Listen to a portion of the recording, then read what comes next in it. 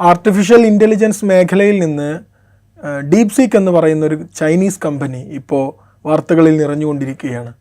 ഡീപ്സീക്കിൻ്റെ വരവോടുകൂടി അമേരിക്കയിലെ പല പ്രമുഖ കമ്പനികളുടെയും ഓഹരി വിലയൊക്കെ താഴെ പോകുന്ന അവസ്ഥ വരെ വന്നിട്ടുണ്ട്. ഇൻസൈറ്റിൽ നമ്മൾ ഈ വിഷയം ചർച്ച ചെയ്യുകയാണ്. സ്വാഗതം. ഡീപ്സീക്ക് എന്ന ചൈനീസ് കമ്പനിയുടെ വരവ് വളരെ ചെലവ് കുറഞ്ഞ രൂപത്തിൽ നിലവിലുള്ള കുത്തക ആയിട്ടുള്ള ആർട്ടിഫിഷ്യൽ ഇൻ്റലിജൻസ് കമ്പനികളുടെയൊക്കെ പ്രവർത്തനത്തെ ബാധിക്കുന്ന തരത്തിൽ, അവരുടെ ഓഹരി വിപണിയെ വരെ ബാധിക്കുന്ന തരത്തിൽ ഒരു കമ്പനി രംഗപ്രവേശനം ചെയ്തിരിക്കുന്നു. അതും ചൈനയിൽ നിന്നാണ്. സത്യത്തിൽ ഇത് ഈ കുത്തകകൾക്കുള്ള വലിയൊരു വെല്ലുവിളിയായിട്ട് തന്നെയല്ലേ അവതരിപ്പിക്കപ്പെടുന്നത്? അങ്ങനെ വേണേൽ നമുക്ക് പറയാം. കുത്തകൾക്കുള്ള വെല്ലുവിളി എന്ന് പറയുമ്പോൾ നമ്മളിപ്പോൾ ഈ ആർട്ടിഫിഷ്യൽ ഇൻ്റലിജൻസ് വിടുക, തുടക്കത്തിൽ ഈ എന്താ പറയുക സോഫ്റ്റ്വെയറൊക്കെ വന്ന സമയത്ത് കുത്തക സോഫ്റ്റ്വെയറുകളെ കുറിച്ചും സ്വതന്ത്ര സോഫ്റ്റ്വെയറുകളെ കുറിച്ചുമൊക്കെയുള്ള വലിയ ഡിബേറ്റ് ഉണ്ടായിരുന്നു. അപ്പോൾ ഏത് സ്വീകരിക്കണം, സ്വതന്ത്ര സോഫ്റ്റ്വെയറുകൾ സ്വീകരിച്ചുകൂടെ, കുത്തകകൾ അവരുടെ നിയന്ത്രണത്തിലുള്ള സോഫ്റ്റ്വെയറുകൾ തന്നെ ഉപയോഗിക്കണോ എന്നൊക്കെയുള്ള ഡിസ്കഷൻ ഉണ്ടായിരുന്നു. നമ്മൾ കുറേ കാലം കഴിഞ്ഞിട്ട് നമ്മളിങ്ങനെ ആലോചിക്കുകയാണെങ്കിൽ ഈ ഡിബേറ്റൊക്കെ കുറേ കാലം തുറന്നു, ഇപ്പോഴും തുടരുന്നുണ്ട് കുറേയൊക്കെ. ഇപ്പോൾ നമ്മൾ ആലോചിക്കുമ്പോൾ ഏത് വിഭാഗമാണ് ജയിച്ചത് എന്ന് നമ്മുടെ കൺമുമ്പിൽ നമ്മൾ കാണുന്നുണ്ട്. സ്വതന്ത്ര സോഫ്റ്റ്വെയറുകൾ എവിടെയാണ് ഉപയോഗിക്കപ്പെടുന്നത്? ഇപ്പോൾ കേരളത്തിൻ്റെ കേരളത്തിലെ സർക്കാർ തന്നെ മുന്നോട്ട് വെച്ചിട്ട് സ്വതന്ത്ര സോഫ്റ്റ്വെയറുകൾ ഉപയോഗിക്കണം എന്ന് നിബന്ധന വെച്ചിരുന്നു. അങ്ങനെ കുറേ സോഫ്റ്റ്വെയറുകൾ ഉപയോഗിക്കണം. പക്ഷേ മറ്റ് മേഖലകളിലൊക്കെ ഇപ്പോഴും കുത്തകകളുടെ സോഫ്റ്റ്വെയർ തന്നെയാണ് ഉപയോഗിക്കുന്നതെന്ന് നമുക്കറിയാം. അപ്പോൾ ആ ഒരു അനുഭവം നമ്മളുടെ മുമ്പിലുണ്ട് എന്നുള്ളതും കൂടെ കണക്കാക്കിയിട്ട് വേണം ഇതിനെ സമീപിക്കാൻ എന്നാണ് എനിക്ക് തോന്നുന്നത്.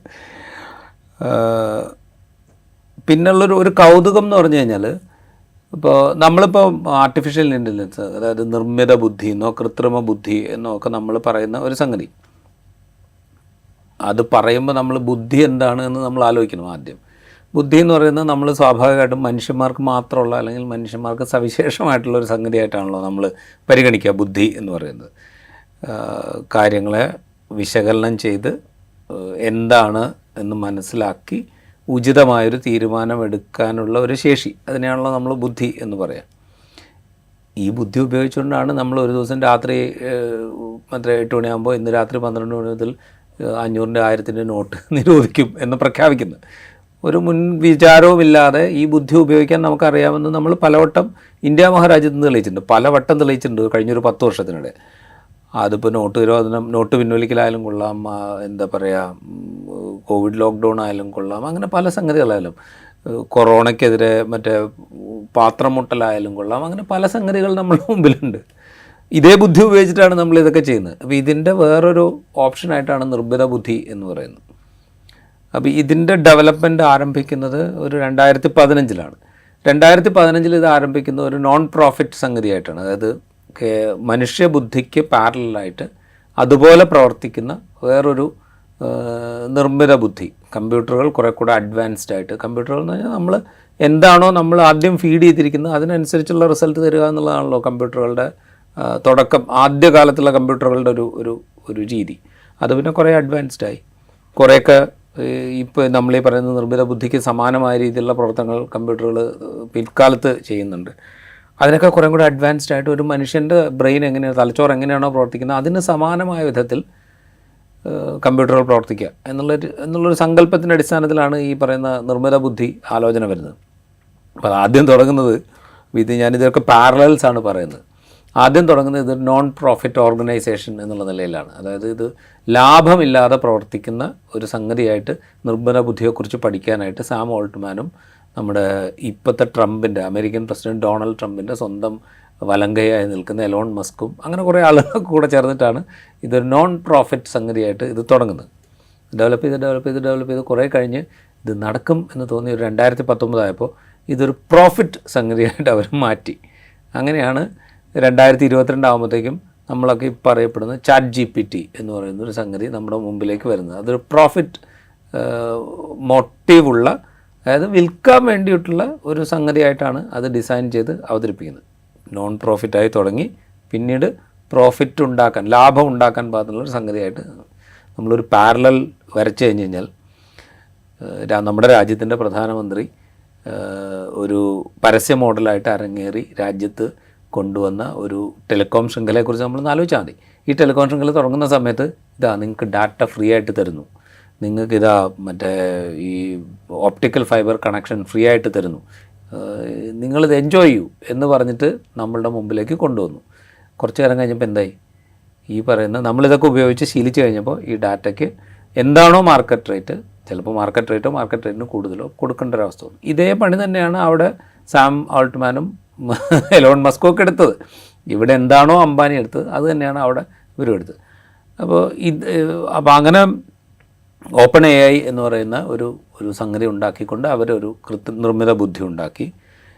അതിനേക്കാൾ വലിയ ജയൻ്റായി നമ്മൾ എല്ലാ ദിവസവും ഉപയോഗിച്ചുകൊണ്ടിരിക്കുന്ന ഗൂഗിൾ എന്ന് പറയുന്ന സംഗതി അവരുടേതായിട്ടുള്ള ഒരു AI ആർട്ടിഫിഷ്യൽ ഇൻ്റലിജൻസ് ഉണ്ടാക്കി. മൈക്രോസോഫ്റ്റ് അവരുടെ ഒരു ആർട്ടിഫിഷ്യൽ ഇൻ്റലിജൻസ് ഉണ്ടാക്കി. മൈക്രോസോഫ്റ്റിന് കുറച്ചുകൂടെ ബുദ്ധിയുള്ളതുകൊണ്ട് അവരുണ്ടാക്കിയത് മാത്രമല്ല, അവർ ഓപ്പൺ AI കൂടെ ഇൻവെസ്റ്റ് ചെയ്തിട്ട് അതിൻ്റെ കൂടെ എന്താ പറയുക ഓഹരി വിപണിയിൽ അവരുടെ ലാഭം എടുക്കാൻ അവർ ശ്രമിച്ചു. അപ്പോൾ ഇതൊക്കെ അവിടെ നിൽക്കുമ്പോഴാണ് ഇത് 10 കൊല്ലത്തിന് ശേഷമാണ് ഈ ചാറ്റ് GPT 10 8 കൊല്ലത്തിന് ശേഷമാണ് ചാറ്റ് GPT എന്ന് പറഞ്ഞൊരു സാധനം രംഗത്ത് വരുന്നത് നമ്മൾ ആലോചിച്ച് നോക്കുക. അപ്പോഴാണ് ഒരു ചൈനീസ് കമ്പനി 2 3 കൊല്ലം കൊണ്ട് ഇതാ നിങ്ങൾ ഈ 10 കൊല്ലം കൊണ്ട് ചെയ്ത സാധനം ഞങ്ങൾ ഈ ചെറിയ കാലം കൊണ്ട് ഇതാ ചെയ്തിരിക്കുന്നു എന്ന് പറഞ്ഞ് രംഗത്ത് വരുന്നത്. സ്വാഭാവികമായിട്ടും അതിന് കുറേ കൂടെ അട്രാക്ഷൻ ഉണ്ടായി. എനിക്ക് കൗതുകം എന്ന് തോന്നിയെന്ന് വെച്ച് കഴിഞ്ഞാൽ ഇപ്പോൾ ചാറ്റ് GPT എന്ന് കേൾക്കുമ്പോഴാണോ ഡീപ് സീക്ക് എന്ന് കേൾക്കുമ്പോഴാണോ നമുക്ക് പെട്ടെന്ന് അസോസിയേറ്റ് ചെയ്യാൻ പറ്റുക എന്നുള്ളൊരു ക്വസ്റ്റ്യനും കൂടെ ഉണ്ട്. ചാറ്റ് GPT എന്ന് കേൾക്കുമ്പോൾ എന്തോ ഒരു കൃത്രിമത്തോടെ ഫീൽ ചെയ്യും. ഡീപ് സീക്ക് എന്ന് കേൾക്കുമ്പോൾ നമുക്ക് കുറച്ചും കൂടെ എളുപ്പത്തിൽ അത് സ്വീകരിക്കാൻ പറ്റും. ഡീപ് സീക്ക് എന്നുള്ളതിൻ്റെ അർത്ഥവും നമുക്ക് പെട്ടെന്ന് മനസ്സിലാവും. ആഴത്തിലുള്ളൊരു തിരച്ചിൽ എന്നുള്ളൊരു ഫീല് നമുക്ക് കിട്ടും. അതുകൊണ്ട് ചിലപ്പോൾ കൂടുതൽ ആളുകൾ അതിനകത്ത് പെട്ടെന്ന് അട്രാക്റ്റഡ് ആയിട്ടുണ്ടാവും. ഇത് മാത്രമേ ഇതിൽ സംഭവിക്കുന്നുള്ളൂ, അതിനപ്പുറം വേറൊന്നും സംഭവിക്കുന്നില്ല. ഇനിയിപ്പോൾ ഈ ഡീപ് സീക്ക് എന്ന് പറയുന്ന ചൈനീസ് കമ്പനി തന്നെ ഇപ്പോൾ അവർ സൗജന്യമായിട്ടാണ് ഇതൊക്കെ തരാൻ പോകുന്നത്. നിങ്ങൾക്കെല്ലാം സൗജന്യമായിട്ട് എടുക്കാം. ചാറ്റ് GPT ആയിട്ട് താരതമ്യം ചെയ്യുമ്പോഴോ അല്ലെങ്കിൽ മൈക്രോസോഫ്റ്റിൻ്റെ പ്രോഡക്റ്റുമായിട്ട് താരതമ്യം ചെയ്യുമ്പോഴോ നിങ്ങൾ ഉന്നയിക്കുന്ന ചോദ്യങ്ങൾക്ക് കുറേ കൂടെ ആഴത്തിൽ തിരഞ്ഞ് കുറേ കൂടെ കൺവിൻസിങ് ആയിട്ടുള്ള മറുപടി നിങ്ങൾക്ക് തരുന്നുണ്ട് എന്നൊക്കെ അവർ പറയുന്നുണ്ട്. ശരിയായിരിക്കും, നമ്മൾ നേരിട്ട് ഉപയോഗിച്ച് ശീലമില്ലാത്തതുകൊണ്ട് നമുക്കറിയില്ല, പക്ഷേ ശരിയായിരിക്കും. പക്ഷെ കുറച്ചങ്ങ് കഴിയുമ്പോഴത്തേക്കും ഇവർക്കും ഇതേപോലെ മാർക്കറ്റിൽ നിലനിൽക്കണം, ലാഭം വേണം, കൂടുതൽ വിപുലീകരണം ആവശ്യമായിട്ട് വരും, ഇതൊക്കെ വേണ്ടി വരും. അപ്പോൾ ഇവർ എന്താ പറയുക, ഇപ്പോൾ സൗജന്യമായിട്ട് തരുന്നത്, നേരത്തെ ഞാൻ മറ്റേ പ്രധാനമന്ത്രി പരസ്യ മോഡലായിട്ട് അഭിനയിച്ച ടെലികോം ശൃംഖലയുടെ കാര്യം പറഞ്ഞില്ലേ, തുടക്കത്തിലെല്ലാം സൗജന്യമായിരുന്നു. പിന്നീട് എന്താ സംഭവിച്ചതെന്ന് നമുക്കറിയാം. അതുപോലെ ഇവരും അങ്ങനെ മാറും. അപ്പോൾ അതുകൊണ്ട് നമ്മളിങ്ങനെ ഇതാ വരുന്നു എന്നുള്ള മട്ടിൽ ഇതിനെ കണ്ടതില്ല. ഇത് സാങ്കേതിക വിദ്യ ഉപയോഗിച്ചുകൊണ്ട് നടത്തിക്കൊണ്ടിരിക്കുന്ന പുതിയ മാറ്റങ്ങൾ, അതിൽ മത്സരം നടക്കുകയാണ്. അതിൽ കുറച്ചുകൂടെ ചിലവ് കുറഞ്ഞുള്ള മത്സരം ആര് നടത്തുന്നു, കുറേ കൂടെ ചിലവ് കുറച്ചുകൊണ്ട് കൂടുതൽ മികവ് ആർക്ക് കൈവരിക്കാൻ സാധിക്കുന്നു എന്നുള്ളതാണ് ഇവിടുത്തെ പ്രശ്നം. ഇതിലൊരു പ്രോബ്ലം എന്ന് പറഞ്ഞു കഴിഞ്ഞാൽ ഇത് ഡെവലപ്പ് ചെയ്യാനുള്ള ഒരു തുല്യമായ അവസരം ലോകത്തുണ്ടോ എന്നുള്ളതാണ് ചോദ്യം. ആ തുല്യമായ അവസരം അമേരിക്ക കൊടുക്കുന്നില്ല, അത് സത്യമാണ്. അമേരിക്ക അവരുടെ കുത്തക നിലനിർത്താനുള്ള ഒരു ശ്രമം നടത്തുന്നുണ്ട്. അതിൻ്റെ ഭാഗമായിട്ടാണ് ഇത് ഡെവലപ്പ് ചെയ്യാൻ വേണ്ട ചിപ്പുകളുടെ കയറ്റുമതി അവർ നിയന്ത്രിക്കുന്നത്. ഇപ്പോൾ ചൈനയിലേക്കുള്ള കയറ്റുമതി അവർ നിയന്ത്രിക്കുന്നു, അല്ലെങ്കിൽ മറ്റു രാജ്യങ്ങളിലേക്കുള്ള കയറ്റുമതി അവർ നിയന്ത്രിക്കുന്നു. അപ്പോഴും ഒരു പ്രശ്നമുണ്ട്, ഇത് ഡെവലപ്പ് ചെയ്യുന്നത് അമേരിക്കയിലുള്ള ആളുകളാണല്ലോ എന്നുള്ളൊരു ക്വസ്റ്റ്യൻ വരാം. അമേരിക്കയിലുള്ള ആളുകൾ ഡെവലപ്പ് ചെയ്യുന്നതെന്ന് വെച്ച് കഴിഞ്ഞാൽ അമേരിക്കയിലുള്ള ആളുകൾ മാത്രമല്ല ഡെവലപ്പ് ചെയ്യുന്നത്, അമേരിക്ക ലോകത്തിൻ്റെ പല ഭാഗങ്ങളിൽ നിന്നായിട്ട് ആളുകളെ പൈസ കൊടുത്ത് അമേരിക്കയിൽ കൊണ്ടുവന്ന് ബുദ്ധി വിലയ്ക്ക് വാങ്ങി അമേരിക്കയിൽ കൊണ്ടുവന്നിട്ടാണ് അവർ ഡെവലപ്പ് ചെയ്തുകൊണ്ടിരിക്കുന്നത്. ആ നിലയ്ക്ക് ഇത് ലോകത്തിന് മുഴുവൻ അവകാശപ്പെട്ടൊരു സംഗതിയാണ് അമേരിക്ക ഡെവലപ്പ് ചെയ്തുകൊണ്ടിരിക്കുന്നത്. അമേരിക്ക ഡെവലപ്പ് ചെയ്യുന്നതല്ല, അമേരിക്കയിൽ ഇരുന്നുകൊണ്ട് ലോകത്തിൻ്റെ വിവിധ ഭാഗങ്ങളിലുള്ള മനുഷ്യന്മാർ ഡെവലപ്പ് ചെയ്തുകൊണ്ടിരിക്കുന്ന ബുദ്ധി എന്ന് പറയുന്നത് ലോകത്തിന് മൊത്തത്തിൽ അവകാശപ്പെട്ടതാണ്. അപ്പോൾ പക്ഷേ അത് അവരുടെ കുത്തകയാക്കി വയ്ക്കുകയും ഇതിൻ്റെ കയറ്റുമതിയിൽ നിയന്ത്രണങ്ങൾ ഏർപ്പെടുത്തുകയും ചെയ്യുന്നു. ഇങ്ങനെ കയറ്റുമതിയിൽ നിയന്ത്രണങ്ങൾ ഏർപ്പെടുത്തിക്കൊണ്ടിരിക്കുകയാണ് ഇപ്പോൾ ഓപ്പൺ AI ആണെങ്കിലും മൈക്രോസോഫ്റ്റ് ആണെങ്കിലും ഗൂഗിൾ ആണെങ്കിലും ഉപയോഗിച്ചുകൊണ്ടിരിക്കുന്ന ഹൈ എൻഡ് ചിപ്പുകൾ അവരുപയോഗിക്കുമ്പോൾ അതിൻ്റെ 1 2 ജനറേഷൻ താഴെയുള്ള ചിപ്പുകൾ ഉപയോഗിച്ചുകൊണ്ട് ഈ ഡീപ് സീക്ക് എന്ന് പറയുന്ന കമ്പനി വലിയ വണ്ടേഴ്സ് സൃഷ്ടിക്കുന്നത്. അവിടെയാണ് ഈ മത്സരം വരുന്നത്. അതായത് നിങ്ങളിപ്പോൾ ഉപയോഗിച്ചുകൊണ്ടിരിക്കുന്നതിനേക്കാൾ വളരെ 1 2 ജനറേഷൻ എന്നൊക്കെ പറഞ്ഞു കഴിഞ്ഞാൽ, അപ്പോൾ നമ്മൾ മൊബൈൽസൊക്കെ ഉപയോഗിക്കുന്ന എല്ലാ മനുഷ്യർക്കും അറിയാം ഇന്നിറങ്ങുന്ന മൊബൈലും 1 വർഷം മുമ്പ് ഇറങ്ങിയ മൊബൈലും തമ്മിലുള്ള വ്യത്യാസം എന്താണ് എന്ന്. അതുപോലെ തന്നെയാണ് ചിപ്പുകളുടെ കാര്യം. ഇന്നിറങ്ങിയ ചിപ്പും ഒരു മാസം മുമ്പ് ഇറങ്ങിയ ചിപ്പും തമ്മിൽ കടലും കടലാടിയും തമ്മിലുള്ള വ്യത്യാസമുണ്ട്. അപ്പോൾ 2-3 മാസം മുമ്പ് ഇറങ്ങിയ ഒരു ചിപ്പ് അമേരിക്ക അവരുടെ കയറ്റുമതി നിയന്ത്രിക്കുന്നതിന് മുമ്പ് വാങ്ങി വച്ച് സൂക്ഷിച്ച് അതുപയോഗിച്ചുകൊണ്ട് ഇതാ നിങ്ങൾ ഇപ്പോൾ ഉണ്ടാക്കുന്നതിനേക്കാൾ വലിയ പ്രോഡക്റ്റ് ഇതാ ഞങ്ങൾ ഉണ്ടാക്കിയിരിക്കുന്നു എന്നാണ് DeepSeek. അവിടെ അവർക്കൊരു ബ്രില്യൻസ് ഉണ്ട്. ആ ബ്രില്യൻസാണ് അവർ സെല്ല് ചെയ്യുന്നത്. ആ ബ്രില്യൻസ് നാട്ടുകാർക്ക് മനസ്സിലാവുന്നുണ്ട്. അവിടെയാണ് ഇതിൻ്റെ ഡിഫറൻസ്. അതായത് നിങ്ങൾ എന്തൊക്കെ നിയന്ത്രണങ്ങൾ ഏർപ്പെടുത്തിയാലും, നിങ്ങൾ എന്തൊക്കെ വലിയ അവകാശവാദങ്ങൾ ഉന്നയിച്ചാലും, മികച്ചൊരു സാധനം ആരെങ്കിലും പ്രൊഡ്യൂസ് ചെയ്ത് കഴിഞ്ഞാൽ അതിൻ്റെ മൂല്യം നാട്ടുകാർക്ക് മനസ്സിലാവും. ആ നാട്ടുകാരത് വാങ്ങുകയും ചെയ്യും. അതാണ് ഇപ്പോൾ DeepSeek കാണിച്ചുകൊണ്ടിരിക്കുന്നത്. അതിൻ്റെ എഫക്റ്റാണ് ഇപ്പോൾ സാലിം നേരത്തെ പറഞ്ഞ ഈ ഓഹരി വിപണികളിൽ അടക്കം കണ്ടുകൊണ്ടിരിക്കുന്നത്. ഇപ്പോൾ നമ്മൾ പറഞ്ഞല്ലോ, എവിടെയാണ് ഓഹരി വിപണി താഴെ പോകുന്നത്? ഈ ചിപ്പ് നിർമ്മാണ കമ്പനിയുടെ ഓഹരിയാണ് ആദ്യം താഴെ പോകുന്നത്. എന്തുകൊണ്ടാണ് ചിപ്പ് നിർമ്മാണ കമ്പനിയുടെ ഓഹരി ആദ്യം താഴെ? അവർ വളരെ ഹൈ എൻഡ് പ്രൊഡക്ഷനാണ് എന്ന് പറഞ്ഞ് നിർമ്മിച്ച ചിപ്പ് അവിടെ വിറ്റുകൊണ്ടിരിക്കുമ്പോൾ അതിൻ്റെ 2-3 ജനറേഷൻ താഴെയുള്ള ചിപ്പ് ഉപയോഗിച്ചുകൊണ്ട് നിങ്ങൾ ഏറ്റവും കൂടുതലാണ്, ഏറ്റവും മികച്ചതാണെന്ന് പറയുന്നതിനെ ഉപയോഗിച്ചുണ്ടാക്കുന്നതിനേക്കാൾ മികച്ച പ്രോഡക്റ്റ് ഞങ്ങളിതാ നിങ്ങൾ 2-3 കൊല്ലം മുമ്പ് ഉണ്ടാക്കിയ പ്രോഡക്റ്റ് ഉപയോഗിച്ചിട്ട് ഞങ്ങൾ ഉണ്ടാക്കുന്നു എന്ന് പറയുമ്പോൾ വാങ്ങുന്ന ആളുകൾക്ക് സംശയമായി, ഇന്നുണ്ടാക്കിയത് വാങ്ങണോ 4 കൊല്ലം മുമ്പ് ഉണ്ടാക്കിയത് വാങ്ങണോ എന്ന്. അപ്പോൾ സ്വാഭാവികമായിട്ടും അവരുടെ ഓഹരി വില താഴെ പോകും. അവരുടെ ഓഹരി വില താഴെ പോയി കഴിഞ്ഞാൽ ഈ പ്രോഡക്റ്റ് ഉപയോഗിച്ചുകൊണ്ട് നിർമ്മിച്ചുകൊണ്ടിരിക്കുന്ന ChatGPT ആണെങ്കിലും ജെമിനി ആണെങ്കിലും അങ്ങനെ വിവിധ കമ്പനികളുടെ ഓഹരി വിലയിൽ ഉള്ള താഴെപ്പോക്കുണ്ടാവും. അങ്ങനെ താഴെ പോകുമ്പോൾ ഇതിനെ ഡിപ്പെൻഡ് ചെയ്ത് നിൽക്കുന്ന മറ്റ് കമ്പനികളുടെ ഓഹരികൾ തരും. അതാണ് നമ്മൾ ഓഹരി വിപണിയിൽ കാണുന്നത്. അപ്പോൾ ഇതൊരു സ്വാഭാവികമായ പ്രക്രിയയാണെന്നാണ് ഞാൻ വിചാരിക്കുന്നത്. ഇത് ഇങ്ങനെ നീണ്ടു നിൽക്കും എന്നും ഞാൻ പ്രതീക്ഷിക്കുന്നില്ല. അല്ല, നമ്മൾ ചൈനയെക്കുറിച്ച് പറയുകയാണെങ്കിൽ DeepSeek എന്ന കമ്പനിയുടെ അതിൻ്റെ ബാക്കെൻഡിൽ വർക്ക് ചെയ്യുന്ന 20ഓളം പേരോ എത്രയാണ്, അത്ര തന്നെ 200ഓളം പേരേ ഉള്ളൂ. പക്ഷേ നമ്മൾ ഈ പിന്നെ NVIDIA ആവട്ടെ അല്ലെങ്കിൽ ഇങ്ങനെയുള്ള GPU കമ്പനികളാവട്ടെ, ഇനി അമേരിക്കയിലുള്ള തന്നെ OpenAIയുടെ കമ്പനികളൊക്കെ ആണെങ്കിലും അതിൽ ഹ്യൂജ് ഇൻവെസ്റ്റ്മെൻറ്റ് അതിനുവേണ്ടി ഗവൺമെൻറ് ട്രംപിൻ്റെ നേതൃത്വത്തിൽ നടന്നുകൊണ്ടിരിക്കുന്ന അല്ലെങ്കിൽ എലോൺ മസ്കിൻ്റെ നേതൃത്വത്തിൽ നടന്നുകൊണ്ടിരിക്കുന്ന ഓരോ കാര്യങ്ങൾ ഇങ്ങനെയുള്ള എല്ലാ കമ്പനികൾക്കും വേണ്ടി, അതുപോലെ അവിടെ അതിനുള്ള ചെലവ്, പിന്നെ അവരുപയോഗിക്കുന്നത് ഇത്രയും വലിയ ഹാർഡ്വെയർ ഫെസിലിറ്റികൾ, ഇതൊക്കെ ഇവിടെ ഉണ്ടാകുമ്പോൾ ഇത്രയൊന്നും വേണ്ട, ഇതിങ്ങനെ ഒരു ചെറിയ സംവിധാനത്തിലൂടെ കിട്ടാവുന്നതേ ഉള്ളൂ എന്നുള്ളൊരു അടിയാണല്ലോ ഇത് സത്യം പറയുകയാണെങ്കിൽ. ഈ ചൈന എന്ന് പറയുന്നത് നമുക്കൊക്കെ അറിയാം, നമ്മൾ ചൈനീസ് പ്രൊഡക്റ്റുകൾ എന്ന് പലപ്പോഴും ഈ ഡ്യൂപ്ലിക്കേറ്റ് പ്രൊഡക്റ്റുകളെ പറ്റി അല്ലെങ്കിൽ കളിയാക്കി പറയാറുണ്ട്. അപ്പോൾ ഇങ്ങനെ ഇതിപ്പോൾ ആർട്ടിഫിഷ്യൽ ഇൻ്റലിജൻസ് മേഖലയിൽ അമേരിക്ക ഇങ്ങനെ അവരുടെ ഒരു കൺട്രോൾഡ് സ്പേസിൽ നിന്നുകൊണ്ട് ലോകത്ത് കുത്തകവൽക്കരിക്കാൻ ശ്രമിക്കുന്നു. ഈ GPUയുടെ കയറ്റുമതി ചൈനയിലേക്ക് നിരോധിച്ചിരിക്കുന്നു. അപ്പോൾ നിങ്ങളൊന്നും ആവശ്യമില്ല, ഈ ചെറിയ സംവിധാനം കൊണ്ട് കിട്ടാവുന്നതേ ഇതുള്ളൂ എന്ന് പറയുമ്പോൾ ചൈനയുടെ ഈ ഒരു എഫിഷ്യൻസി അത് നമ്മൾ പ്രത്യേകം ചർച്ച ചെയ്യേണ്ടതല്ലേ? ചൈനയുടെ എഫിഷ്യൻസി എന്ന് പറയുമ്പോൾ അതിനകത്ത് 2 കാര്യങ്ങളുണ്ട്. നമ്മൾ എന്താ പറയുക, റിസർച്ച് ആൻഡ് ഡെവലപ്മെൻറ്റും പ്രൊഡക്ഷനും, ഇതിനെ രണ്ടായിട്ട് തന്നെ നമ്മൾ കാണണം. അതുകൊണ്ടാണ് ഇപ്പോൾ ഈ OpenAI അല്ലെങ്കിൽ OpenAIയുടെ തുടർച്ചയായിട്ട് വന്ന ആർട്ടിഫിഷ്യൽ ഇൻ്റലിജൻസ് എന്ന് പറയുന്ന അതിൻ്റെ ഡെവലപ്മെൻ്റ് എന്ന് പറയുന്ന പ്രോസസ്സ് അവിടെ നടക്കുന്നുണ്ട്. 2015 മുതൽ തുടങ്ങിയൊരു പ്രോസസ്സാണ്. ആ പ്രോസസ്സിൻ്റെ തുടർച്ചയിലാണ് അവർ 2022 ആർട്ടിഫിഷ്യൽ ഇൻ്റലിജൻസ് ആയിട്ട് ChatGPT അവർ ലോഞ്ച് ചെയ്യുന്നത്. അപ്പോൾ റിസർച്ച് ആൻഡ് ഡെവലപ്മെൻറ്റ് എന്ന് പറയുന്നത് വേറൊരു ഏരിയയാണ്. ചൈനയിൽ നടക്കുന്നത് അതിൻ്റെ ഉപയോഗമാണ്. ഇത് രണ്ട് രീതിയാണ്, 2 കാര്യങ്ങളുമാണ്. ഇപ്പോൾ അമേരിക്കയിൽ നടക്കുന്നതെന്ന് വെച്ചാൽ റിസർച്ച് ആൻഡ് ഡെവലപ്മെൻറ്റ് ആൻഡ് അതിൻ്റെ തുടർച്ചയായിട്ടുള്ള പ്രൊഡക്ഷനാണ് അവിടെ നടക്കുക. അപ്പോൾ ഈ റിസർച്ച് ആൻഡ് ഡെവലപ്മെൻറ്റ് എന്ന് പറയുമ്പോൾ റിസർച്ച് ആൻഡ് ഡെവലപ്മെൻറ്റ് അവർ വലിയ തോതിൽ ഇൻവെസ്റ്റ് ചെയ്യും. ലോകത്തുള്ള പല രാജ്യങ്ങളിൽ നിന്നുള്ള ബ്രില്യൻ്റ് ആയിട്ടുള്ള ആളുകളെ അവർ എന്താ പറയുക കരാറ് കൊടുത്ത് വാങ്ങും, അവിടെ കൊണ്ടുപോകും, അവരെ ഉപയോഗിക്കും. എന്നുവെച്ചാൽ മനുഷ്യരാശിയുടെ പല ഭാഗങ്ങൾ, മനുഷ്യരാശി എവിടെയൊക്കെ ഉണ്ടോ അവിടെയുള്ള പല ഭാഗങ്ങളിലുള്ള മികച്ച ബുദ്ധി കേന്ദ്രങ്ങളെ അവർ കൊണ്ടുവന്ന്, മികച്ച പ്രതിഭകളെ അവർ കൊണ്ടുവന്ന് അവിടെ ഉപയോഗിച്ചുകൊണ്ട് അവർ റിസർച്ച് ചെയ്യും, അതിന് ഡെവലപ്പ് ചെയ്യും. അത് കഴിഞ്ഞിട്ടാണ് പ്രൊഡക്റ്റിലേക്ക് എത്തുക. ഈ പ്രോസസ്സ് അവിടെ നടക്കുന്നുണ്ട്. ചൈന എന്ന് പറഞ്ഞു കഴിഞ്ഞാൽ ഈ പ്രോസസ്സ് കഴിഞ്ഞിട്ടുള്ള പണിയാണ് ചൈനയിൽ നടക്കുന്നത്. അതുകൊണ്ടാണ് ഇപ്പോൾ NVIDIAയുടെ 2 തലമുറ മുമ്പുള്ള ചിപ്പാണ് ഞങ്ങൾ ഉപയോഗിക്കുന്നതെന്നാണ് അവർ പറയുന്നത്, അല്ലേ? അപ്പോൾ ആ ചിപ്പ് ഡെവലപ്പ് ചെയ്യുന്നത് NVIDIA തന്നെയാണ്. ആ ചിപ്പ് അവർ ഉപയോഗിക്കുന്നു എന്നുള്ളതേ ഉള്ളൂ.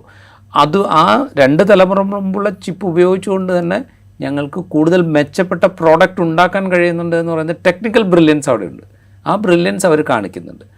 ഇത് രണ്ടും 2 പരിപാടിയാണ്.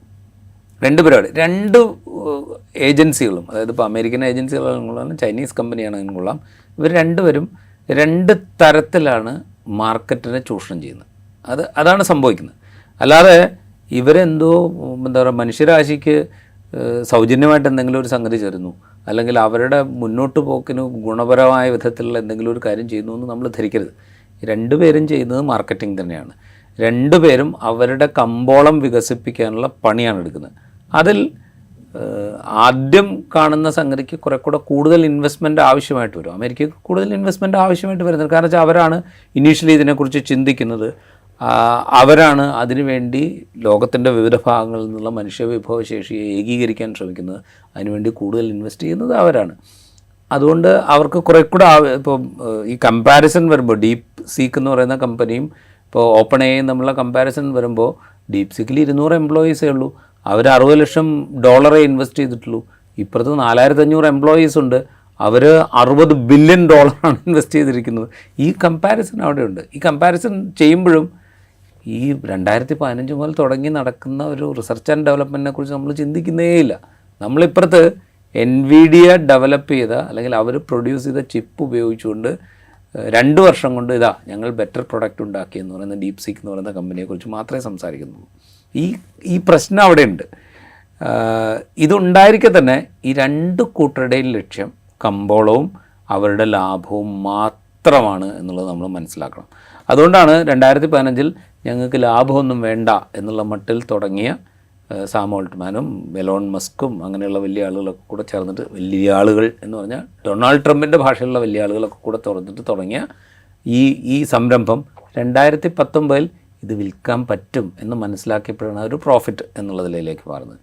ഇപ്പോൾ ഡീപ് സീക്ക് ചെയ്യുന്നത് എന്താ, ഇവരെ ബീറ്റ് ചെയ്യാൻ പാകത്തിനുള്ള ഒരു പ്രോഡക്റ്റ് ഞങ്ങളുടെ കയ്യിലുണ്ട്. അതായത് ചാറ്റ് GPT ആണെങ്കിലും ജെമിനി ആണെങ്കിലും മൈക്രോസോഫ്റ്റിൻ്റെ ഓൺ പ്രോഡക്റ്റ് കോപ്പൈലറ്റ് എന്ന് പറഞ്ഞോ അതിനെ, അല്ലെങ്കിൽ 365 ഇതിനൊക്കെ ബീറ്റ് ചെയ്യാൻ പറ്റുന്നൊരു പ്രോഡക്റ്റ് ഞങ്ങളുടെ കയ്യിലുണ്ട്. അപ്പോൾ ഞങ്ങൾക്ക് മാർക്കറ്റ് പിടിക്കണത് എന്ത് ചെയ്യണം? ഞങ്ങൾ തുടക്കത്തിൽ ഇത് ഫ്രീ ആണ് എന്ന് പറഞ്ഞ് ഞങ്ങൾ രംഗത്തിറങ്ങണം. അതാണ് അവർ ചെയ്യുന്നത്. ഒരു 1-2 വർഷത്തിനകം ഈ പറയുന്ന അമേരിക്കൻ കുത്തകളുടെ പ്രോഡക്റ്റിനെ മുഴുവൻ വെല്ലാൻ പാകത്തിന് ഡീപ് സീക്ക് വളരുകയാണെങ്കിൽ ഡീപ് സീക്ക് പിന്നെ ചാർജ് ചെയ്യുമെന്നുള്ള കാര്യം മനസ്സിലാക്കാൻ നമ്മൾ എല്ലാ ദിവസവും ഊണ് വെച്ചാൽ മതി. അത്രേ ഉള്ളൂ. നമ്മൾ ഇപ്പോൾ ഡൊണാൾഡ് ട്രംപ് ജനുവരി 20 അധികാരത്തിൽ വരുന്നത്. അന്നാണ് ഡീപ് സീക്കിൻ്റെ ആദ്യത്തെ പ്രഖ്യാപനം വരുന്നത്.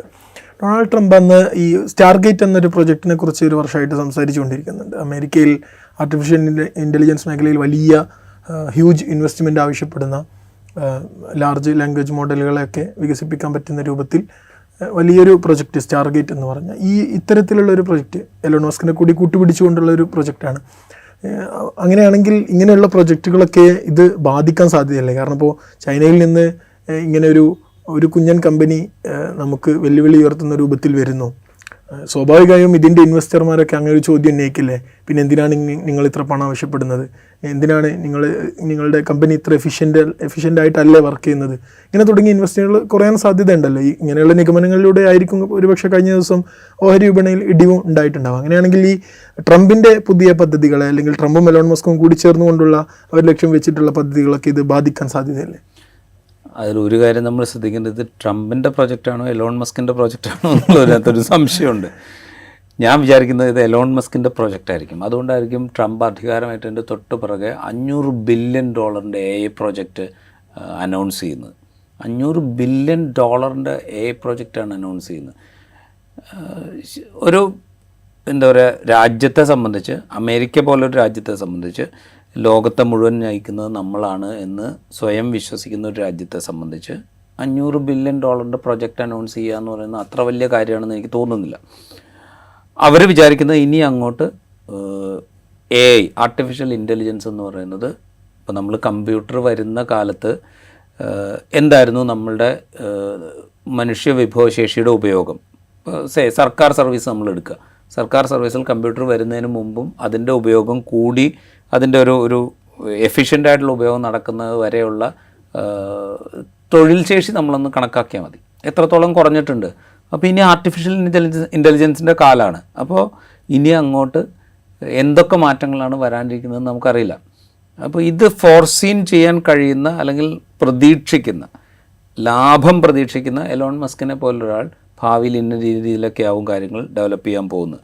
അപ്പോൾ അതുകൊണ്ട് ആർട്ടിഫിഷ്യൽ ഇൻ്റലിജൻസ് ഡെവലപ്പ് ചെയ്യുന്നതിനനുസരിച്ചുണ്ടാകാവുന്ന നേട്ടങ്ങളെക്കുറിച്ച് ചിന്തിക്കുകയും അത് പ്രസിഡന്റ് സ്ഥാനാർത്ഥിയായിരുന്ന ഡൊണാൾഡ് ട്രംപിനെ ബോധ്യപ്പെടുത്തുകയും ചെയ്തതിൻ്റെയും തുടർച്ചയിലാണ് അദ്ദേഹം പ്രസിഡൻ്റായി തിരഞ്ഞെടുക്കപ്പെട്ടതിന് ശേഷം അല്ലെങ്കിൽ സത്യപ്രതിജ്ഞ ചെയ്തതിന് ശേഷം ഈ പറയുന്ന $500 ബില്യൺ ഈ പ്രൊജക്റ്റ് പ്രഖ്യാപിക്കുന്നത്. ഞാൻ വിചാരിക്കുന്നത് അതിൻ്റെ തുടർച്ചയിലാണ് അദ്ദേഹം അവിടെ VRS കൂടെ പ്രഖ്യാപിക്കുന്നതെന്നാണ്. വോളണ്ടറി റിട്ടയർമെൻറ്റ് സ്കീം പ്രഖ്യാപിച്ചിട്ടുണ്ട് അമേരിക്കയിൽ. നമ്മുടെ രാജ്യത്ത് എത്രയോ കാലം മുമ്പ് പ്രഖ്യാപിച്ചാണ് വോളണ്ടറി റിട്ടയർമെൻറ്റ് സ്കീം. ഏത് സാഹചര്യത്തിലാണ് അത് പ്രഖ്യാപിക്കുന്നതെന്ന് കൂടെ ആലോചിക്കണം. ഇന്ത്യയിൽ വലിയ സാമ്പത്തിക ക്രൈസിസ് ഉണ്ടായ ഒരു ഘട്ടത്തിലാണ് ഇന്ത്യയിൽ വോളണ്ടറി റിട്ടയർമെൻറ്റ് സ്കീം പ്രഖ്യാപിക്കുന്നത്. കാരണം വെച്ചാൽ ഇത്രയും ആളുകളെ ഇങ്ങനെ ശമ്പളം കൊടുത്ത് അവർ പെൻഷനാകുമ്പോൾ പെൻഷൻ കൊടുത്ത് ഇങ്ങനെ പോറ്റേണ്ടതില്ല എന്ന് ഭരണകൂടത്തിന് തോന്നുന്ന ഒരു ഘട്ടത്തിലാണ് അവരത് പ്രഖ്യാപിക്കുന്നത്. എന്തുകൊണ്ടാണ് ഇപ്പോൾ ഡൊണാൾഡ് ട്രംപ് അത് പ്രഖ്യാപിക്കുന്നത്? എന്ന് വെച്ച് കഴിഞ്ഞാൽ അദ്ദേഹം വിചാരിക്കുന്നുണ്ട് എയുടെ ഡെവലപ്മെൻറ്റ് വരുന്നതോടുകൂടി തന്നെ ഈ സർവീസിൽ ഇത്രയധികം ആളുകളെ ആവശ്യമായിട്ട് വരില്ല, അപ്പോൾ ഇവരെ ഇങ്ങനെ പോറ്റേണ്ടതില്ല. ഇവരിപ്പോൾ ഒരു വോളണ്ടറി റിട്ടയർമെൻറ്റ് സ്കീം പ്രഖ്യാപിക്കുകയാണെങ്കിൽ അത് സത്യം പറഞ്ഞാൽ പ്രസിഡൻറ്റിൻ്റെ തോട്ട് പ്രോസസ്സ് ആയിരിക്കില്ല, അത് ഒരു ക്യാപിറ്റൽ ഇൻവെസ്റ്റ്മെൻറ്റ് ഇൻഡസ്ട്രിയുടെ തോട്ട് പ്രോസസ്സായിരിക്കും. അതിൻ്റെ ഭാഗമായിട്ടായിരിക്കും അദ്ദേഹം ഇത് പ്രഖ്യാപിക്കുന്നത്. അപ്പോൾ ഇതിങ്ങനെ നടക്കുന്നുണ്ട്, നമ്മളറിയാതെ ഇതിങ്ങനെ നടന്നുകൊണ്ടിരിക്കുന്നുണ്ട്. അപ്പോൾ ഇതിങ്ങനെ മുന്നേറുന്ന ഒരു സിനാരിയോ ആണ്. അപ്പുറത്ത് ചൈന നടത്തിക്കൊണ്ടിരിക്കുന്ന വേറൊരു സിനാരിയോ അവിടെയുണ്ട്. അപ്പോൾ ഇത് രണ്ടും തമ്മിലൊരു ക്ലാഷ് എന്തായാലും ഉണ്ടാകും. ഈ ക്ലാഷിൽ എന്ത് ജയിക്കും എന്നുള്ളതാണ് നമ്മൾ കാത്തിരിക്കുന്ന ഒരു സംഗതി. അതുകൊണ്ടാണ് ഞാൻ തുടക്കത്തിൽ പറഞ്ഞത്, നമ്മൾ സ്വതന്ത്ര സോഫ്റ്റ്വെയറിനെ കുറിച്ച് എത്രത്തോളം സംസാരിച്ചിട്ടുണ്ടാവും, അതിൻ്റെ ഉപയോഗത്തെക്കുറിച്ച്, അത് ഉപയോഗിച്ചാലുണ്ടാകുന്ന ബെനിഫിറ്റ്സിനെ കുറിച്ച് നമ്മൾ എത്രത്തോളം സംസാരിച്ചിട്ടുണ്ടാവും. പക്ഷേ അത് എത്രത്തോളം മുമ്പോട്ട് പോയി, ഏത് സോഫ്റ്റ്വെയറാണ് അവിടെ ജയിച്ചത്. അപ്പോൾ ഈ ഇൻവെസ്റ്റ് ചെയ്യുന്ന ആളുകൾക്ക് അവരുടെ മാർക്കറ്റിനെ കുറിച്ച് ഒരു ധാരണയുണ്ട്. ആ മാർക്കറ്റ് ഡെവലപ്പ് ചെയ്യുന്നതിനെക്കുറിച്ച് അവർക്കൊരു കൺസെപ്റ്റ് ഉണ്ട്. ആ കൺസെപ്റ്റാണ് പൊതുവിൽ ജയിച്ച് കാണാറ്. അതേ കൺസെപ്റ്റ് തന്നെയാണ് ചൈനയുടെ ഭാഗത്തു നിന്നുള്ളത്. അപ്പോൾ എന്തുകൊണ്ടാണ് ആപ്പിൾ അവരുടെ ഏറ്റവും കൂടുതൽ പ്രൊഡക്ഷൻ ചൈനയിൽ നടത്താൻ തീരുമാനിക്കുന്നത്? എന്ന് വെച്ചാൽ അവർക്ക് ഏറ്റവും ചുരുങ്ങിയ ചിലവിൽ അവരുടെ പ്രോഡക്റ്റ് ഉൽപ്പാദിപ്പിച്ച് മാർക്കറ്റിലേക്ക് എത്തിക്കാൻ പറ്റുന്ന ഒരു സ്പേസ് എന്നുള്ള നിലയ്ക്കാണ്. അപ്പോൾ ആ സ്പേസാണ് ചൈന ഉപയോഗപ്പെടുത്താൻ ശ്രമിക്കുന്നത്.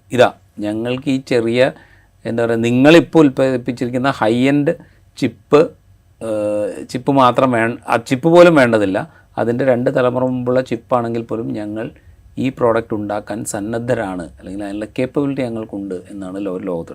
ഇത് രണ്ടും മാർക്കറ്റിനെ മുൻനിർത്തിയുള്ള നീക്കങ്ങളായിട്ട് നമ്മൾ കാണണം. അതിനപ്പുറം ഒന്നും കാണേണ്ടതില്ല എന്നാണ് എനിക്ക് തോന്നുന്നത്. ചൈനയെക്കുറിച്ച് പറയുകയാണെങ്കിൽ ചൈനയ്ക്ക് ഈ GPU ഇറക്കുമതി അവർക്ക് ചെയ്യാൻ കഴിയില്ല.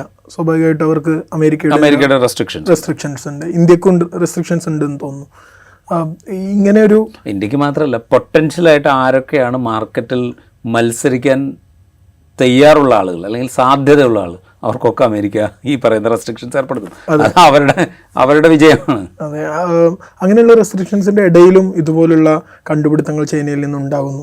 ഇതിപ്പോൾ പുറത്തു വന്ന ഒരു കണ്ടുപിടുത്തമാണ്. ഇങ്ങനെയുള്ള പല ഇനി ആ രാജ്യത്തിൻ്റെ സർക്കാർ നേതൃത്വത്തിൽ തന്നെ ഇത്തരത്തിലുള്ള പുതിയ കാല കണ്ടുപിടുത്തങ്ങൾക്കൊക്കെ വേണ്ടി ശ്രമങ്ങൾ നടക്കുന്നില്ല എന്ന് പറയാൻ പറ്റില്ലല്ലോ. അങ്ങനെയാണെങ്കിൽ അമേരിക്ക ഇപ്പോൾ ഡൊണാൾഡ് ട്രംപ് വരെ ഡീപ്സീക്ക് ഞങ്ങൾ ശ്രദ്ധിച്ചിട്ടുണ്ട് എന്നുള്ള രൂപത്തിൽ വരെ പ്രതികരണം നടത്തുകയുണ്ടായി. അങ്ങനെയാണെങ്കിൽ അമേരിക്ക ഒരു നിയമമാറ്റത്തിന് തയ്യാറാവുകയാണെങ്കിൽ, അതല്ലെങ്കിൽ അവിടെ ചൈനയിലെയും ഇന്ത്യയിലെയും കൂടുതൽ ബുദ്ധിജീവികളെ ഇനിയും വിലക്കെടുക്കാൻ തയ്യാറാവുകയാണെങ്കിൽ നമ്മൾ കൂടുതൽ മാറ്റം പ്രതീക്ഷിച്ചുകൂടെ? സ്വാഭാവികമായിട്ടും സിലിക്കൺ വാലിയിലൊക്കെ വർക്ക് ചെയ്തുകൊണ്ടിരിക്കുന്ന ഇന്ത്യൻ ബുദ്ധിജീവികളെ കുറിച്ചൊക്കെ നമ്മൾ ഒരുപാട് തവണ കേട്ടിട്ടുണ്ട്. അതിനുള്ള സാധ്യതയുണ്ട്. അതിലുള്ളൊരു പ്രശ്നം വെച്ചാൽ എന്തുകൊണ്ടാണ് ചൈന അമേരിക്കയിൽ നിന്ന് ഈ പറയുന്ന പ്രോഡക്റ്റ് വാങ്ങി ഈ പറയുന്ന ഡീപ് സീക്ക് എന്ന് പറയുന്ന സംഗതി, അല്ലെങ്കിൽ ഒരു ആർട്ടിഫിഷ്യൽ ഇൻ്റലിജൻസ് പ്ലാറ്റ്ഫോം ഉണ്ടാക്കാൻ ശ്രമിക്കുന്നത് നമ്മൾ ആലോചിച്ചാൽ മതി. ഇത് രണ്ടും തമ്മിലൊരു വ്യത്യാസം ഉണ്ടല്ലോ. കാരണം വെച്ചാൽ അമേരിക്ക എപ്പോഴും അവകാശപ്പെടുന്നത് ഞങ്ങളൊരു ഹൈലി ഡെമോക്രാറ്റിക് ആയിട്ടുള്ളൊരു സിസ്റ്റമാണ് എന്നുള്ളൊരു ഫീൽ അവർ കൊടുക്കുന്നുണ്ട്. ചൈന അങ്ങനെയല്ലല്ലോ. അപ്പോൾ സ്വാഭാവികമായിട്ടും ഈ പറയുന്ന പ്രതിഭകളെ ആകർഷിക്കാനും അവരെ കൊണ്ടുവരാനും അവരുടെ ശേഷി ഉപയോഗിക്കാനും ഒക്കെയുള്ള കൂടുതൽ സൗകര്യം അമേരിക്കയ്ക്കുണ്ട്, ചൈനയ്ക്ക് അതില്ല. അതുകൊണ്ടാണ് ഈ പ്രശ്നം അവിടെ ഉണ്ടാകുന്നത്. അതിനപ്പുറത്ത് ഈ എന്താ പറയുക, മത്സരത്തിൻ്റെ ഒരു എലിമെൻ്റ് നമ്മൾ എടുക്കുകയാണെങ്കിൽ ക്വാളിറ്റി പ്രൊഡക്ഷനോ ക്വാണ്ടിറ്റി പ്രൊഡക്ഷനോ ഇത് രണ്ട് എലിമെൻ്റുള്ള ചൈന എപ്പോഴും ശ്രമിക്കുന്നത് ക്വാണ്ടിറ്റി പ്രൊഡക്ഷൻ വേണ്ടിയിട്ടാണ്. എന്തും വലിയ തോതിൽ പ്രൊഡ്യൂസ് ചെയ്ത് കമ്പോളത്തിലേക്ക് നിക്ഷേപിക്കുക അല്ലെങ്കിൽ കമ്പോളത്തെ കൊണ്ട് ഡംപ് ചെയ്യുക എന്നുള്ള പണിയാണ് ചൈന കുറേ കാലമായിട്ട് നടത്തിക്കൊണ്ടിരിക്കുന്നത്. അതിൽ നിന്ന് ഒരുപക്ഷെ അവർ മാറിയേക്കാം. കൂടുതൽ പുതിയ സംഗതികളിലേക്ക് ഇൻവെൻറ്റ് ചെയ്യുക, റിസർച്ച് ആൻഡ് ഡെവലപ്മെൻറ്റിന് കൂടുതൽ ഫോക്കസ് കൊടുക്കുക എന്നുള്ള രീതിയിലേക്ക് അവർ മാറിയേക്കാം. ഇപ്പോൾ തന്നെ മാറുന്നുണ്ടാവും ഒരുപക്ഷെ, നമുക്കറിയില്ല. നമ്മളുടെ മുമ്പിൽ അതിന് ഡാറ്റകളില്ല. ഇപ്പുറത്താണെങ്കിൽ നമ്മളുടെ മുമ്പിലേക്ക് ഇൻഫർമേഷൻ വരുന്നുമുണ്ട്. അപ്പോൾ നമുക്കറിയില്ല. അപ്പോൾ അതിലേക്ക് മാറിയേക്കാം. അങ്ങനെ മാറുന്നൊരു ഘട്ടം വരികയാണെങ്കിൽ ഈ പറയുന്ന എന്താ പറയുക $500 ബില്യൺ നിക്ഷേപം, സാം ഓൾട്ട്മാൻ, എലോൺ മസ്ക് ഇവരുടെ പ്രഖ്യാപനങ്ങൾ ഇതൊന്നും വിലപ്പോവാത്തൊരു സിറ്റുവേഷൻ വരും. അതിന് വലിയ കാലമൊന്നും വേണ്ടി വരില്ല എന്നാണ് എനിക്ക് തോന്നുന്നത്. പക്ഷെ അവിടെ ഈ എന്താ പറയുക, അമേരിക്കയുടെ ഒരു മേധാവിത്വമാണല്ലോ ഇപ്പോൾ അത് നിലനിർത്താനാണ് ആർട്ടിഫിഷ്യൽ ഇൻ്റലിജൻസ് മേഖലയിൽ അവർ ശ്രമിച്ചുകൊണ്ടിരിക്കുന്നത്. ചൈന അങ്ങനെ ഒരു ആ മേഖലയിൽ ഉയർന്നു വരികയാണെങ്കിൽ അവിടെ ഒരു പ്രശ്നമുണ്ട്. ഇത് ഇപ്പോൾ അമേരിക്കയുടെ മേധാവിത്വം പല രീതിയിൽ പല മേഖലകളിൽ ചോദ്യം ചെയ്യപ്പെടുന്നുണ്ട്. അതായത് എക്കണോമിയുടെ വലിപ്പം വെച്ചുകൊണ്ട് ചൈന സെക്കൻഡ് ലാർജസ്റ്റ് എക്കണോമി ആയിട്ട് അമേരിക്കയുടെ തൊട്ട് പിന്നിൽ നിൽക്കുകയാണ്. അമേരിക്കയുടെ ആഭ്യന്തര കടത്തിൻ്റെ ഏറ്റവും വലിയ ഹോൾഡറായിട്ട് ചൈന അവിടെ നിൽക്കുന്നുണ്ട്. എന്നുവെച്ചാൽ അമേരിക്ക വാങ്ങുന്ന കടത്തിൻ്റെ ഏതാണ്ട് ഭൂരിഭാഗവും ചൈനയിൽ നിന്നാണ് അവർ വാങ്ങേണ്ടി വരുന്നത്. അങ്ങനത്തെ ഒരു സിറ്റുവേഷൻ അവിടെയുണ്ട്. പിന്നെ ചൈനീസ് മാർക്കറ്റ്, ചൈനീസ് പ്രൊഡക്ഷൻ സെൻറ്റേഴ്സിൽ നിന്നുള്ള ഉൽപ്പന്നങ്ങളാണ് ലോകത്തിൻ്റെ പല ഭാഗങ്ങളും അമേരിക്ക അടക്കമുള്ള കമ്പോളങ്ങളെ ഭരിച്ചുകൊണ്ടിരിക്കുന്നത്. അപ്പോൾ അമേരിക്കയുടെ ഈ പറയുന്ന അപ്പർ ഹാൻഡ് എന്ന് പറയുന്നത് പല രീതിയിൽ ചോദ്യം ചെയ്യപ്പെടുന്നത്. സൈനിക ശക്തി എന്നുള്ള നിലയ്ക്കും ചോദ്യം ചെയ്യപ്പെടുന്നുണ്ട്. കാരണം അമേരിക്കയുമായിട്ട് കോമ്പീറ്റ് ചെയ്യാൻ പാകത്തിലുള്ള സകല ശേഷിയും ചൈന ആർജിച്ചു വെച്ചിട്ടുണ്ട്.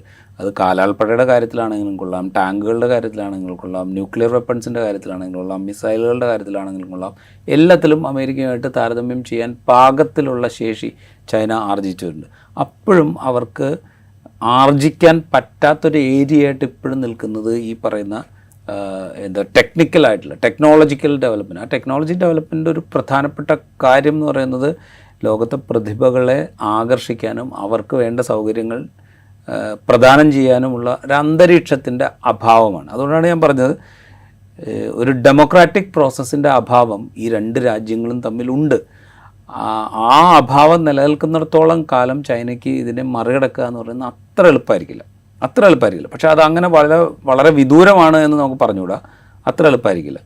ഇതിപ്പോൾ ഈ എന്താ പറയുക, ഈ ഡീപ് സീക്കിൻ്റെ കാര്യം വരുമ്പോൾ പലരും കമ്പയർ ചെയ്യുന്നത് ഒരു സ്പുട്നിക് മൊമെൻ്റ് എന്നൊക്കെ പറഞ്ഞിട്ടുള്ള കമൻറ്റുകൾ കണ്ടില്ലേ. സ്പുട്നിക് മൊമെൻ്റ് എന്ന് പറഞ്ഞു കഴിഞ്ഞാൽ റഷ്യ ആദ്യമായിട്ട് സ്പുട്നിക് എന്ന് പറയുന്നൊരു ബഹിരാകാശ പേടകത്തെ ബഹിരാകാശത്തേക്ക് അയച്ചതാണ്. അമേരിക്കയെ ഞെട്ടിച്ചുകൊണ്ടാണ് റഷ്യ അത് ചെയ്യുന്നത്, അല്ലെ സോവിയറ്റ് യൂണിയൻ അത് ചെയ്യുന്നത്. അമേരിക്ക ആകെ എന്ന് വെച്ചാൽ അവരുടെ ഒരു പ്രൈഡിനെയും അവരുടെ ഒരു അഹങ്കാരത്തെയും ചോദ്യം ചെയ്തുകൊണ്ടാണ് സ്പുട്നിക് എന്ന് പറയുന്നത് മുകളിലേക്ക് പോകുന്നത്. അത് അവർക്ക് സഹിക്കാൻ പറ്റാത്തൊരു കാര്യം. ഓവർ എ പീരീഡ് എന്താണ് സംഭവിച്ചതെന്ന് നമുക്ക് മനസ്സിലാവുമല്ലോ. ഏത് വിധത്തിലാണ് അമേരിക്ക അവരുടെ ബഹിരാകാശ ദൗത്യത്തെ മുമ്പോട്ട് കൊണ്ടുപോയത് എന്ന് നമുക്ക്. ഇതിലൊരു മത്സര ബുദ്ധിയുണ്ട്. ഇൻവെസ്റ്റ്മെൻറ്റ് കപ്പാസിറ്റി എന്ന് പറയുന്നത് ഇപ്പോഴും അമേരിക്കയെ സംബന്ധിച്ച് അത്ര ചെറുതല്ല. അവർ വേണമെങ്കിൽ ഇൻവെസ്റ്റ് ചെയ്യാൻ അവർക്ക് സാധിക്കും. വേണമെങ്കിൽ എന്നല്ല, അവർ ആഗോള മാർക്കറ്റിനെ നിയന്ത്രിക്കാൻ പാകത്തിൽ ഇത് ഉപയോഗയോഗ്യമാണ് എങ്കിൽ അവർ ഇൻവെസ്റ്റ് ചെയ്യും. അപ്പോൾ ആ സാധ്യത അവിടെ നിൽക്കുന്നുണ്ട്.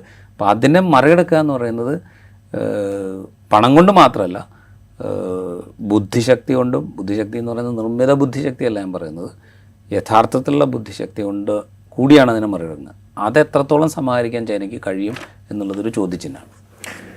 എന്തായാലും ആർട്ടിഫിഷ്യൽ ഇൻ്റലിജൻസ് മേഖലയിൽ അമേരിക്കയുടെ കുത്തകയെ വെല്ലുവിളിച്ചുകൊണ്ടാണ് ഡീപ് സീക്ക് ഉയർന്നു വന്നിട്ടുള്ളത്. ഇതൊരു സൂചനയാണോ ബൈലാറ്ററൽ വേൾഡിലേക്കുള്ള എന്ന രൂപത്തിൽ പോലും ചർച്ചകൾ നടന്നുകൊണ്ടിരിക്കുകയാണ്. കാത്തിരുന്ന് കാണാം ആരുടെ കമ്പനിയായിരിക്കും ലോകത്തിൻ്റെ കുത്തക നിലനിർത്തുക എന്നുള്ളത്. ഏതായാലും ഇൻസൈറ്റ് ഇവിടെ പൂർണ്ണമാകുന്നു. മറ്റൊരു എപ്പിസോഡുമായി വീണ്ടും കാണാം.